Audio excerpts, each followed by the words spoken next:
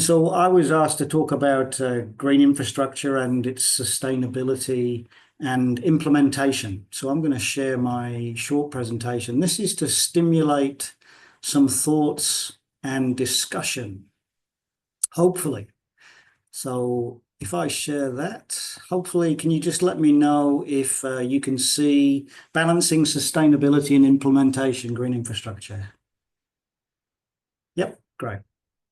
Okay, so this is just a short, perhaps 15-minute presentation to stimulate some ideas about how to align green infrastructure programs with wider city strategies and plans to make sure that it's accepted not only by the government or the municipality, but also the community that you should be serving as a manager of an urban landscape.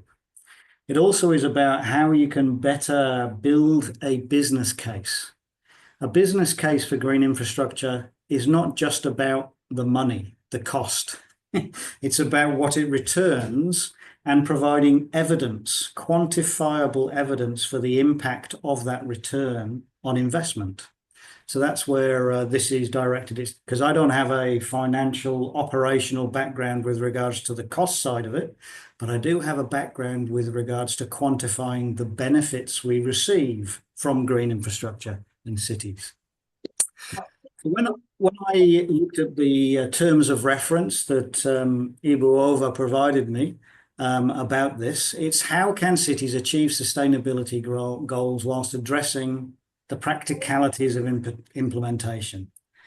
So I'm going to touch on the sustainability goals or the targets for ecosystem service benefit, and I'll be talking about some of the aspects of implementation, such as what green infrastructure do you select, what ecosystem service are you trying to benefit or improve, and what are you going to measure to show that you have made that benefit. This is where this brings us to the next key statement in the terms of reference for this presentation, the importance of performance-based metrics to monitor the environmental or social or economic benefits that your urban green infrastructure is supposed to. This is really important and something that a lot of cities all over the world fail to do well enough, and it needs to be thought about right at the start of planning any urban green infrastructure intervention. What are you trying to improve, and what are the best metrics to monitor to show that you have improved something? So, green infrastructure must align with, let's say, Jakarta's existing strategies. Not just about green infrastructure, not just about environment, but about everything from human well-being, water quality, climate change, health, public health. So you need to sit down and read and pull out of those other government documents what their key hooks, what their drivers are, because you need to find drivers in other plans and other strategies that mirror or complement what you want to achieve with green infrastructure. Don't regard yourself as a silo separate from the workings of transport, public health, stormwater, sewerage, all of these sorts of things. You have to understand what they're prioritizing. Find the shared challenges and aspirations.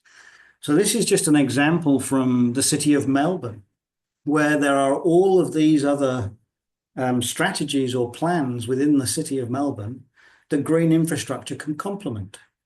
So you need to find where you overlap and where you complement to make a strong business case for how green infrastructure can help address the challenges in these other existing green infrastructure, other existing urban plans and strategies. So what are you trying to target What benefits do you want to provide from your urban green infrastructure? You need to be very clear about which environmental, social, or economic benefits you're trying to deliver, and you should not try to promise everything. This happens a lot where people will say, well, we're going to have a green infrastructure plan, and it will cool, it will reduce stormwater flood risk, it will provide well-being, economic benefits for commercial shopping, improve mental health and well-being, provide biodiversity habitat. Basically, what they say in their strategy, it will provide benefits everywhere. And that may be true, but it certainly isn't true about the quantity or the level of benefit. And sometimes that benefit will not be apparent in some parts of the city, but it will be apparent in other parts of the city. There may be tension between providing benefit for one aspect, such as biodiversity habitat, and providing another benefit, such as safety and well-being to human residents. If we think about the tension between biodiversity and safety, if you want to provide lots of biodiversity habitat, you would have old, dying, or dead trees, because that's where the hollows are for birds and mammals and other animals. But that means that there is greater risk to humans that go close to those trees. So there is a tension there. It's important not to promise everything. Prioritize the benefits that respond to a problem in your city. So Indy mentioned that there's lots of heavy rainfall. So instantly I know that in Jakarta, there is likely to be a frequency of flood risk. So if that is a big problem in part of the city, then think about how green infrastructure and which green infrastructure can help to address that problem. Make that a high-ranking objective or target for your green infrastructure. Rather than promising everything, promise something that makes sense for a problem that your city is confronting. Because you need to prioritize those benefits that green infrastructure can deliver. People think that green infrastructure can do everything, and it can't. The simple fact is that it can't do everything. And we can't put green infrastructure everywhere. There are limits to where it is socially acceptable or even operationally possible to have green infrastructure. So you have to be careful about prioritizing both in space, but also the quantity or type of benefit green infrastructure can deliver. Because you want it to be accepted by your government, because they're probably going to fund it, as well as industry, but it's also got to be accepted and welcomed by the community in the neighborhoods where you're going to place it. If you can get those government, industry, and community accepting it, then you're already halfway there. The other thing, that coming back to metrics, performance metrics, so that you're able to monitor success. You need baseline data. You need to collect data before you even start. And that doesn't just mean quantification, it also means social data. What do the members of the community and industry and businesses think about green infrastructure? What do they think about their neighborhood or their streets? What do they think about the parks? What do they think are the big risks in their community? Is it flood, or is it fire? Is it extreme heat? Is it a lack of social well-being for elderly or young people? These sorts of things. And getting that qualitative data is just as important as getting quantitative data, because you need to make it human. Cities are all about people. It's not just about function. But obviously, and my background is quantitative data, you need to get some existing environmental and economic data on your neighborhoods or your whole city. What is the existing tree inventory? What species do you have? How big are they? What health are they in? What's the canopy cover? What's the park cover in your neighborhoods? If cooling and heat is an issue, then obviously getting some air temperature data before you do any green infrastructure intervention. You need that baseline that you can see whether you're able to provide cooling benefit or whether you're not from your green infrastructure intervention. Same with flood frequency and the costs of flooding events. If you can get that sort of data, then that gives a business case for your green infrastructure, but it also gives you the data that if you make changes, does it reduce the frequency of flooding?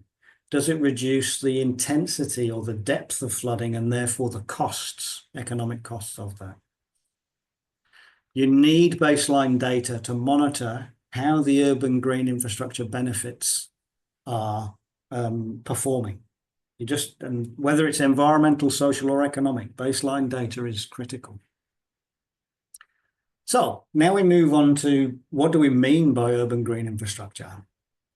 You may have made a case for general green infrastructure interventions to reduce flood risk. What can you use? What comes under the banner of green infrastructure? Well, here are some examples that you can consider: street trees, city trees, green roofs, walls, green facades on buildings, parks, golf courses, urban agriculture. All of these can come under the banner of green infrastructure. Some of them are easy to retrofit. That means put it on top of buildings, or on the side of buildings, or into streets that have already been built. Some of them are more difficult. See, it's very hard to get a new park or a new golf course into a city because you need a lot of space. But you need to select which urban green infrastructure can deliver the target benefit you want. So if you think about flood risk, for example, a green wall will provide very little benefit for flood risk reduction, but a green roof can, because it will be able to absorb some of the rainfall. Can city trees provide a lot of flood risk reduction? Not really. But if you combine them with water-sensitive urban design so that they're able to retain water in the soil beneath the street trees, they can. So it's thinking about selecting types of urban green infrastructure. Then you've got to think about selecting where you place your urban green infrastructure to best provide the benefit you are promising or suggesting green infrastructure can provide. Because if you provide green infrastructure in the city centre for biodiversity conservation, it'll have very little impact. But if you provide it out here, close to the existing forests and rural landscape, it can have a much bigger benefit. If you want to provide urban heat island reduction, the urban heat island is a biggest problem in the central areas. So therefore, for urban heat island reduction, you would prioritise spatially this inner area. Where can you provide the best benefit? And this can be done at the large scale, such as whole of city, or it can be done at the neighbourhood scale or the suburb scale. So if you think again about the same questions, where would you want to provide biodiversity habitat? Well, you may complement this existing biodiversity by providing more green space, green walls, roofs, trees, small parks close to this existing habitat, because then you're likely to get use from the animals and birds that are already in this natural area. But if you want to provide human cooling of pedestrians, then obviously you're going to concentrate on where the shopping precincts are. So you may say, okay, there's shops here. We should be providing shade cooling for people frequenting these shops, because that's providing human thermal comfort benefit. So again, you're thinking differently spatially about what type of green infrastructure and why. So that's the background to the talk, essentially. But I've got a few slides now that I'm not expecting you to answer now. We can go back to them in the discussion part if you wish. But let's say you are targeting urban green infrastructure to reduce the urban heat island.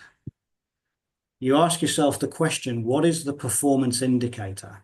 And I'm going to answer this one for you, for example. Well, it would be the urban heat island is about the difference in air temperature between the city centre and the rural area around it. So the performance indicator has to be related to air temperature and the difference between rural and inner city.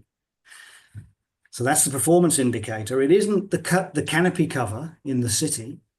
That's because you can change that and not change temperature. Your performance indicator has to be related to the target, which is urban heat island. Okay. Oops, sorry, I'll go back one. Which urban green infrastructure can best impact the urban heat island? Well, it will probably be tree canopy cover or park cover or green roofs, something that is able to intercept the energy from the sun. It will probably not be green facades or community agriculture. Okay, these would not be the things that you would select. And where should I implement this? Well, in this case, you're talking about the urban heat island, so you want to reduce the temperature in the inner city. So you would be prioritizing things in the central business district and the areas around. Let's think about a different target now. Improved human, still about temperature, but now your target is not the whole city or the urban heat island. It's about people in the streets, on the ground, going about their business, shopping, commuting, taking transport. So what's the performance indicator? It's still temperature related, but it's more about what the person, the humans are experiencing, their thermal comfort, which is related not only to air temperature, but also to wind speed, to humidity, these sorts of things. And which urban green infrastructure can best impact that? It's definitely going to be tree canopies. And where should I implement it? Where the people are most often, where they're exposed to the sun. It could be in markets, bus stops, areas where people are parking their cars and then going shopping. So where they get exposed to the elements of the sun. So again, it's slightly different spatial prioritization and slightly different performance indicator. Think about this for reduced human exposure to vehicle pollution using green infrastructure. What's the performance indicator? Which urban green infrastructure can best impact this? And where should I be doing this? Fauna biodiversity conservation. What's the performance indicator? Well, it's going to have to be something related to fauna. Which urban green infrastructure can best impact this? And where should I do this? Directly related to this, or on the flip side, is human connection to nature. That's different to biodiversity conservation. What's the performance indicator? It has to be humans now and their interactions with animals, but it's still through the human experience. Which urban green infrastructure can best do this? And where should I be doing this? Where the people are. Okay, that's just an overview to start to get you thinking about this. And hopefully that's helped to think about making a business case that is both qualitative and quantitative, that is targeting specific benefits, not all benefits, in relation to the problems that you know your city, your governments are already concerned about because they already have strategies and plans related to this. Okay. Thank you. That's my short presentation in 15 minutes or 20 minutes. I'm not sure which.